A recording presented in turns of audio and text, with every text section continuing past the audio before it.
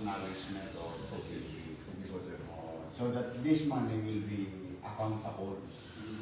Kumbaga, we are accountable to it. Kasi maraming nangyari in the past year, last year, pati director ng hospital tumatanggap ng donation. Tapos only to find out, nung mag-retiro, kinuha niya lahat ng donation. Akala niya sa kanya ang donation. Hindi naman protection ng leadership yung mga donation. Nung kinuha, hindi namin mahabol kasi hindi naman namin property. Pati cash na may withdraw. Ano talaga? Kaya sabi ko, kasama may cash donation hanggat maaari, issue natin na resibo. Katulad yung ginagawa ko ng hanggat maaari. Para yung pera talaga na donation, nasa loob na ng kapanan. Kasi lahat hindi ayaw na mag-donate sa atin. Ayun lang. Pwede ko ba tingnan na? Mga makulang eh. Lahat natin, mga ano eh. 1 million. Wow, thank you very much, sir. 1 million. Ayun, pwede natin yan to. Gawin natin, City of Manila, City Treasurer's Office. City Treasurer's Office. Pwede ba ibang sulat sa cheque? Pwede ba yan? Kailangan siya? Same. Pwede ba ibang sulat? Ito yung...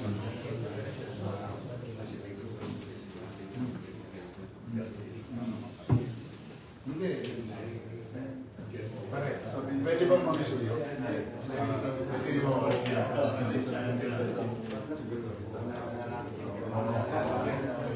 Hindi, ganito. Pa-picture muna tayo. Pare, kamusta? Dani, o 200,000.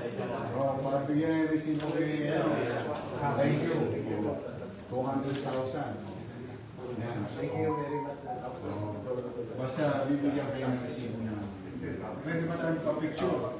Pwede, pwede. Dito po. Halika dito. Ikaw ang mag-isip. Ito ka sa dalawa pare. One by one. Dito ka sa kapitanan. Sige, sige. Thank you. Thank you. Don't worry. We'll make notes of it. Sige, sorry, sumama ka. Oo, kasama sa pamilya nila. Panguna mo sila. Kaya, pa-bigay mo kayo sa.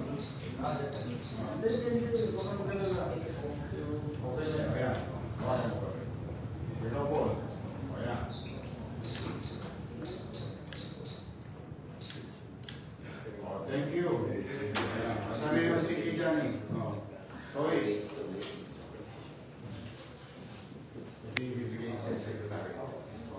Dito ka sa kabila para ikaw.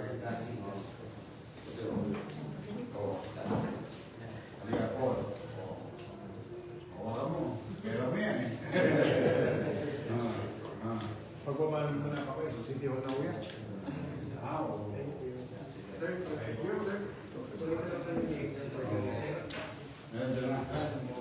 Ayun!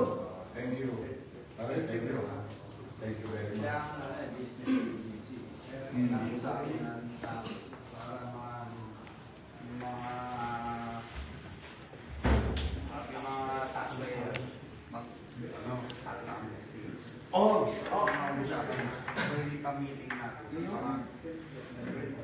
Sabi mo, sa receipt.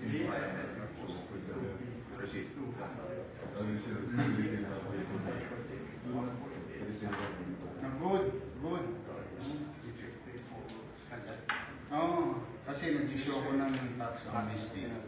Kasi maraming nabalitaan na yung mga negosyante. Minali yung computation ng CEO. Para hindi na ako magduda-duda. Tax amnesty tayo. Di yung mga negosyante yung magsasabi. Kaya dyan iusap mo na yung mga taxpayer mo. Sayang. Tama na nila yung milyar nila. Tama na nila yung business nila. good for them. They can sleep well that nobody, you know, from any John Doe's and Mary from City Hall, go to your office, bigla kang LOA. Hindi ako napapa-issue ng LOA ngayon. Kailangan ng LOA, alam ko. No LOA will be issued without my knowledge. Kaya pag may nag-LOA dyan, ako mananagot doon sa negosyo. Eh, yari naman sa akin yung issue. Hindi naman gagawin ni Treasury. Kasi we don't want to disturb you. We just want you to do business, provide jobs, and provide income for the city. At hopefully, lumagong negosyo. Ganun kasi. No, again, the way that I did it the last time. Mag-flourish yung wala naman yung hirap ang negosyo. Hirap na yung negosyo. Kasunida lang. O, hirap na naman. Tapos mag-increase tayo ng sweldo ngayon. By 50 pesos a month. So may hirapan na naman yung negosyante. So the least thing that we can do is to create certainty in doing business in Manila. And there is ease of doing business in Manila. Yun lang, wala na. Yun ang minahanap ng negosyante. The more you provide jobs, better for us as a city government. Then naturally, peace and order will be achieved. Pag may hanap buhay ang tao, hindi lang gagawa ng hindi mag-isip ng masama. Alam mo ang tao pag totoo ka, minsan na itutulak ng lipunan. Dahil sa sitwasyon, hindi ko sinasabing tama yung gagawin ng masama. Minsan na itutulak sila. Kaya the best way that the government can handle is let the business flourish, strive, grow, then you need more employees. And here we are as Manileño, there is an access for jobs. So, thank you sa inyo. Thank you for your trust. Gulat ako, araw-araw, kanina dami namin donation, pati bigas, tubig. Dami na.